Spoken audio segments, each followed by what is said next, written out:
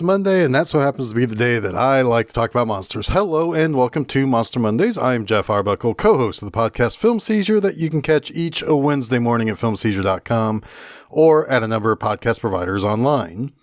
We continue the final countdown of the remaining Gamera films on Monster Mondays with Gamera's triumphant return to screens in the Heisei Era in 1995's Gamera, Guardian of the Universe. By the mid-90s, Daiei Film had mostly recovered from their financial dire straits of the 70s, and with Godzilla about to bow out and take a break from film, Daiei was considering bringing back one of their company's greats. However, initially, that was not going to be Gamera. Originally, they planned on creating a new series for Daimajin. However, with the Heisei era of Godzilla films being so popular and Gamera series having entertained kids for decades at this point, Daiei opted to bring back their big turtle fella instead of the vengeful stone god. And honestly, though, I would love to see a new Daimajin movie. Just those are very entertaining, but I digress.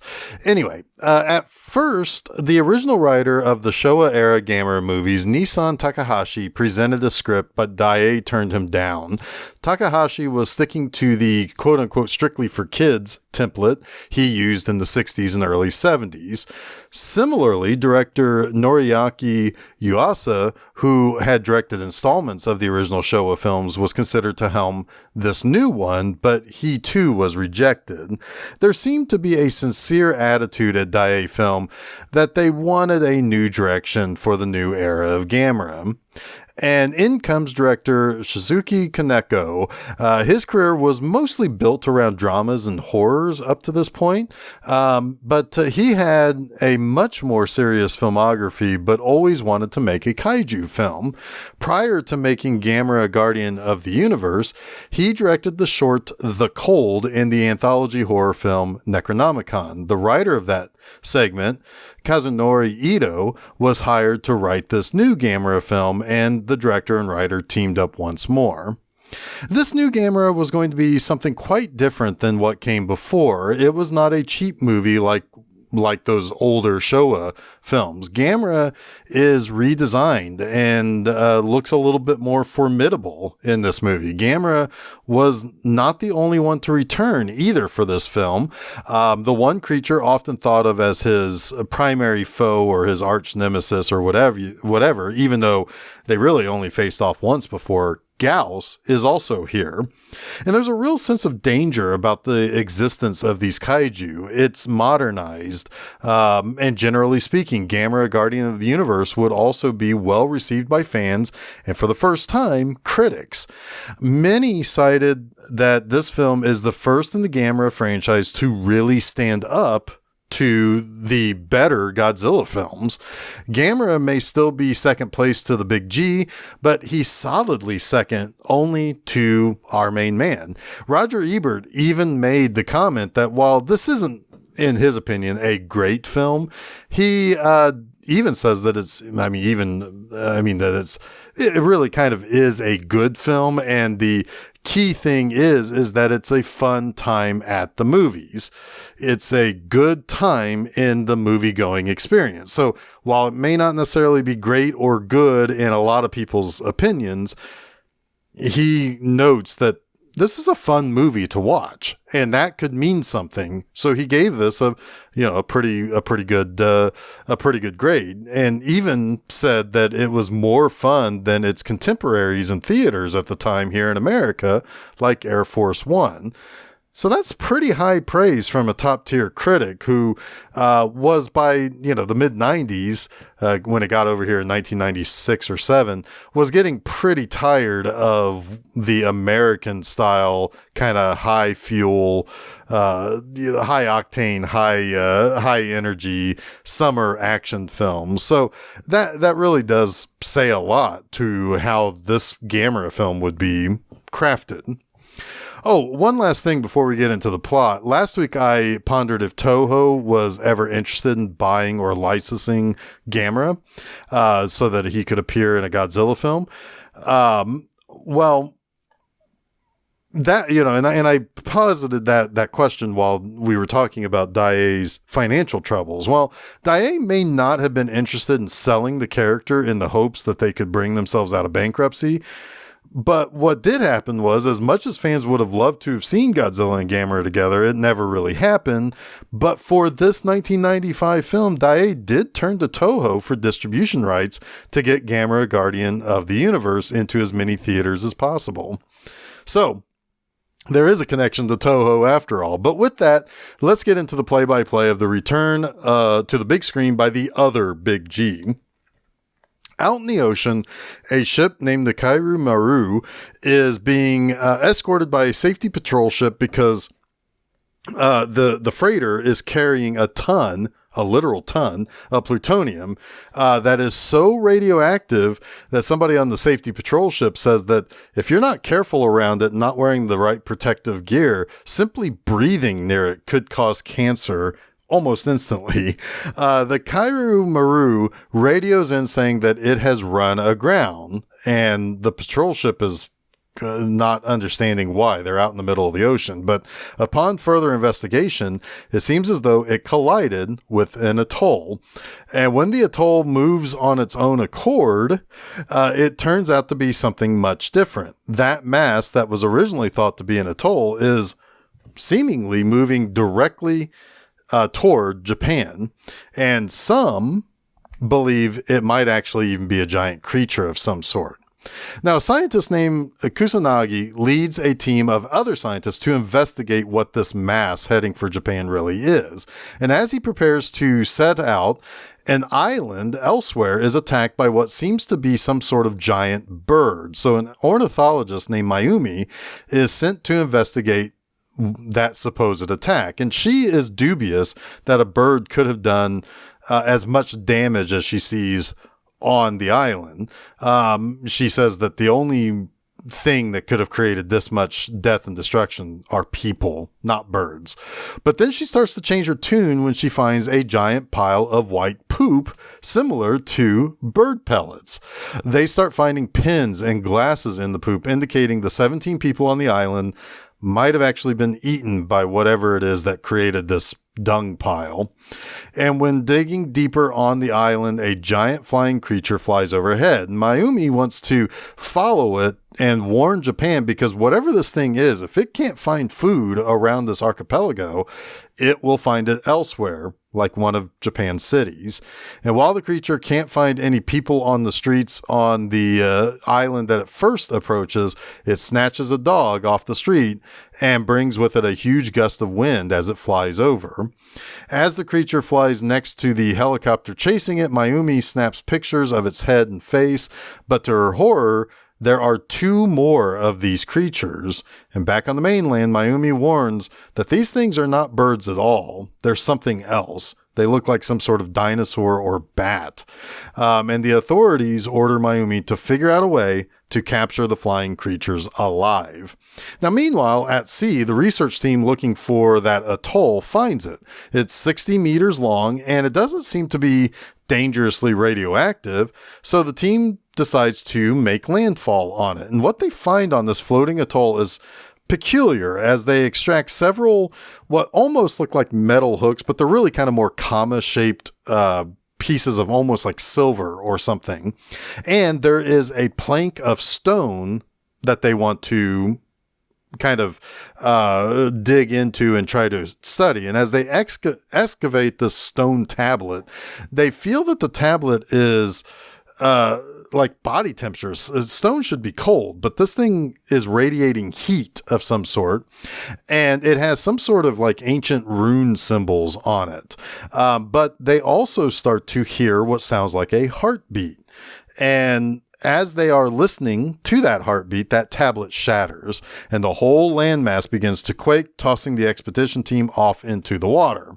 One of the members of the team sees an eye and a giant turtle tusk looking at him. Not only is the atoll actually a creature like some people thought it might be, but that creature is headed directly for Fukuoka. Now, Mayumi and her team figure out the best way to capture the flying creatures would be to lure them to the Fukuoka Dome, which has a roof that is retractable for the baseball stadium. So they successfully capture 2 of the flying creatures with the dome, but the third escapes and flies out into the harbor, right into the path of that giant turtle that emerges from the harbor.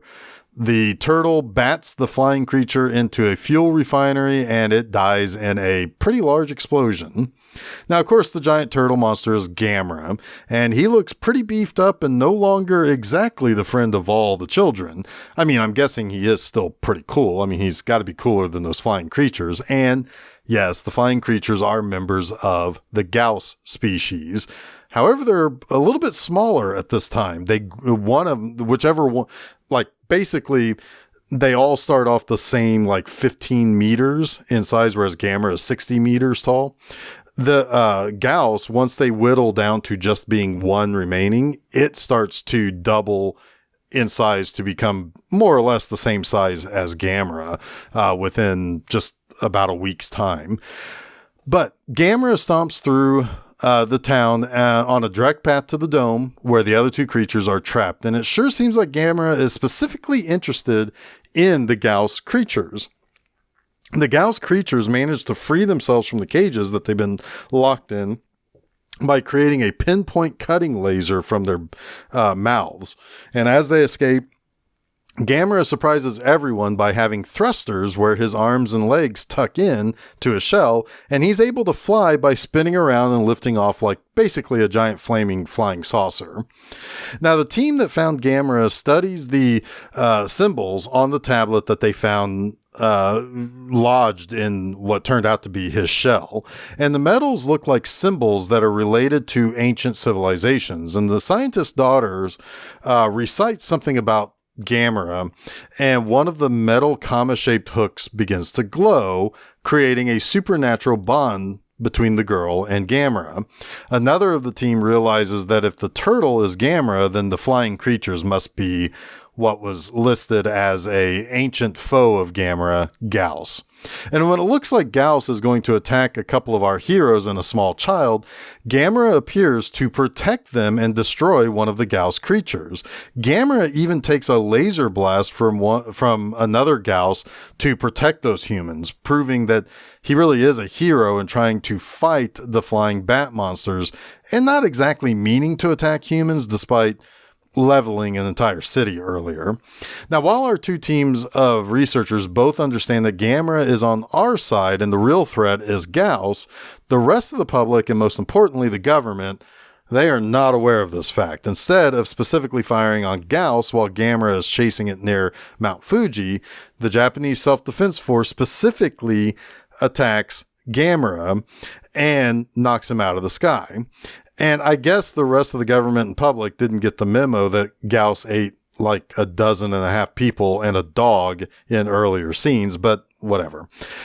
Now, Kusanagi's daughter Asagi, she's the one with the special connection to Gamera. And she arrives at Mount Fuji to see Gamera taking a lot of fire from the JSDF. However, when Gauss takes advantage of Gamera being down, Asagi is able to communicate with Gamera that he needs to escape.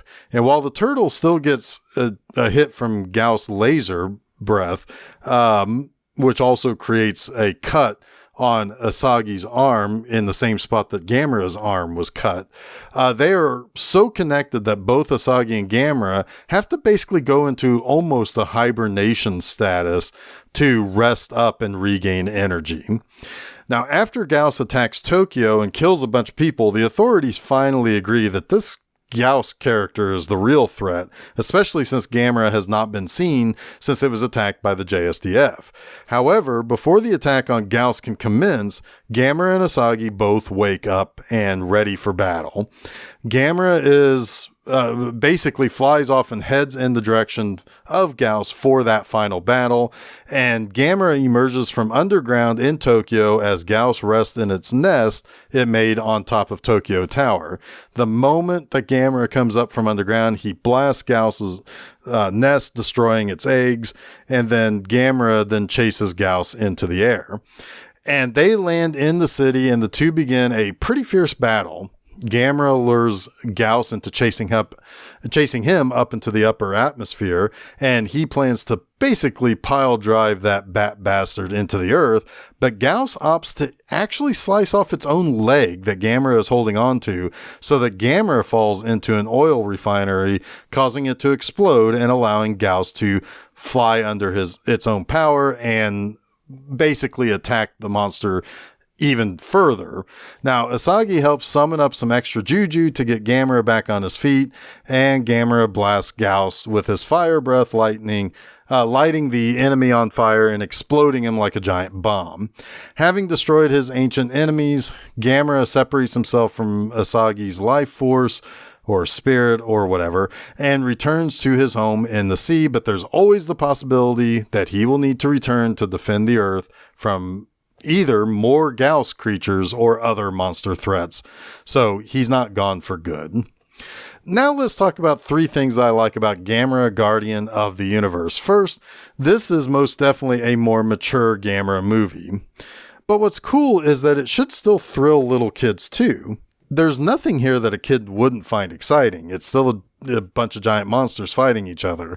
But for those who grew up on Gamera movies, he's also grown up. So this would be something that, the parents would have gotten into as they take their little kid, thinking that it might be more like the movies they grew up on, but a little bit more mature. And I like that they at least tip the cap to the Gamera saving children thing by having his big reveal that he's actually on our side coming when a couple of our heroes are also trying to save a child. It shows that Gamera recognizes children in need of help without a main character kind of being an annoying kid that just is there throughout the entirety of the movie. But I do like that this movie is considerably more grown up than a lot of those 60s Gamera movies.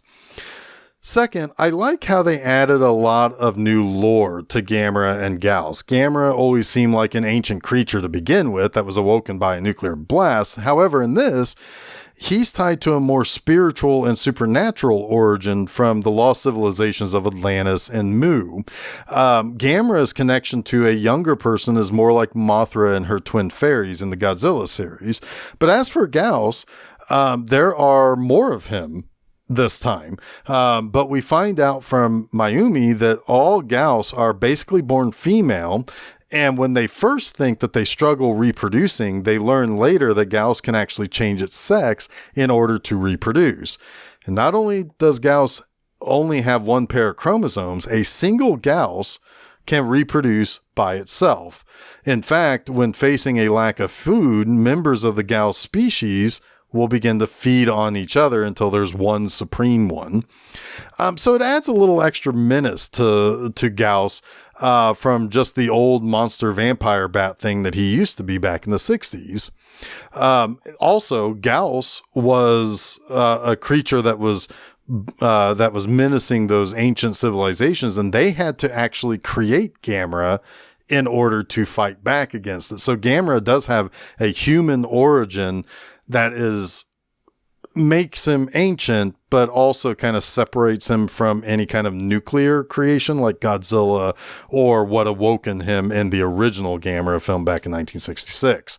But, the monsters in this are also, particularly Gauss, are a little bit meaner and much more nastier looking. And overall, this new Gamera series has really kind of upped the look and ferocity of the monsters, and really kind of ties back to that first thing I said about how, the series has grown up quite a bit. Third, this movie has a brisk pace from moment one all the way to the end. And a lot of that is actually helped by its score and how how kind of a lot of the movie is going from place to place in search of Gamera on one side of the movie and Gauss on the other side of the movie. And as the tension ramps up over the discoveries, or when the monsters show up, that score ramps up too. And it really kind of boosts the energy and the pace of the movie. It's an exciting movie that's actually very well made, looks really good, and is easily the best Gamera movies released to this point. It gave Gamera a makeover, and it really made the action intense. And that would lead to 2 more sequels in subsequent years that really pushed how strange and unique Gamera films could really be. And one last thing I want to bring up before I close out this episode, much like the Heisei Era Godzilla films, who had a recurring character who shared some sort of a close connection to Godzilla, knew more about Godzilla, kind of had a bond with Godzilla, the character of Asagi Kusanagi would return for both sequels that we'll talk about over the next 2 weeks. Now, she is played by Ayako Fujitani, who is still working today. She got her start as a model in the early 90s before getting into acting. And she's also written a couple of novellas, which were themselves adapted by Hideaki Anno, who made the Shin Godzilla, Shin Ultraman, and Shin Kamen Rider films, as well as getting his name out there with the Evangelion anime series. Now, she shows up in both Japanese and American media, and that's because she actually, I suppose, is half American. While being born in Osaka in 1979, her father is Steven Seagal. So there you go. Her mother is Seagal's first wife, but the two of them separated in the mid-'80s, and she was spending a lot of her teenage years, which were the 90s, in Los Angeles. I'm assuming with, Steven Seagal being in Los Angeles, I'm guessing her and her mother moved there as well, but I could be wrong on that. But anyway, interesting little connection to a person who would have been very famous at the time that she was recurring in these Gamera movies at this period of the 90s. But that wraps up this week's Monster Mondays. You can catch new episodes of Monster Mondays each Monday afternoon at filmseizure.com. Don't forget to follow Film Seizure at Facebook, Threads, Instagram, and Blue Sky. You can also subscribe to Film Seizure to get both the Wednesday morning Film Seizure podcast and Monster Mondays every Monday at your favorite podcast providers, as well as YouTube, where we also upload the episodes there. You can also check out my website, bmovieanima.com, to read new reviews every Friday morning. Next time, we start getting into the weirder ideas of the Gamera series with the sequel to Gamera, Guardian of the Universe.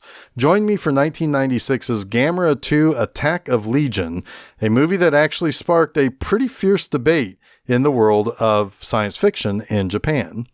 And until next week, stay spooky.